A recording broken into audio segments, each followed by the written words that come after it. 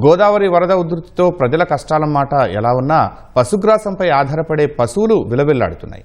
ధవళేశ్వరం బ్యారేజీ వద్ద రెండో ప్రమాద హెచ్చరిక స్థాయికి వెళ్లడం వల్ల అంబేద్కర్ కోనసీమలోని అనేక లంక గ్రామాలు ముంపునకు గురయ్యాయి.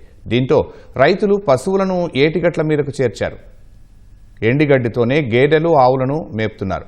పచ్చిమేత లేకపోవడం వల్ల పాల దిగుబడి తగ్గిపోయిందని, ప్రభుత్వం పశువులకు దాణా అందించాలని రైతులు విజ్ఞప్తి చేస్తున్నారు. 5 రోజులైందండి మాకు.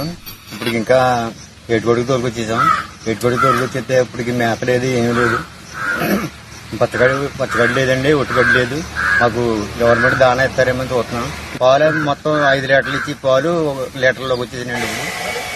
చాలా ఇబ్బంది పడుతున్నామండి మేము. గోదావరి రావటం వల్ల దూడంతా ఏటుకొట్టుకు వచ్చేసిందండి.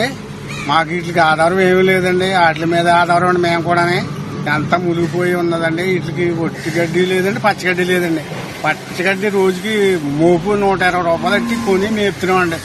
మరి వీటికి మీరు అన్న దానా కొంచెం సహకారం చేయటం మంచిదండి.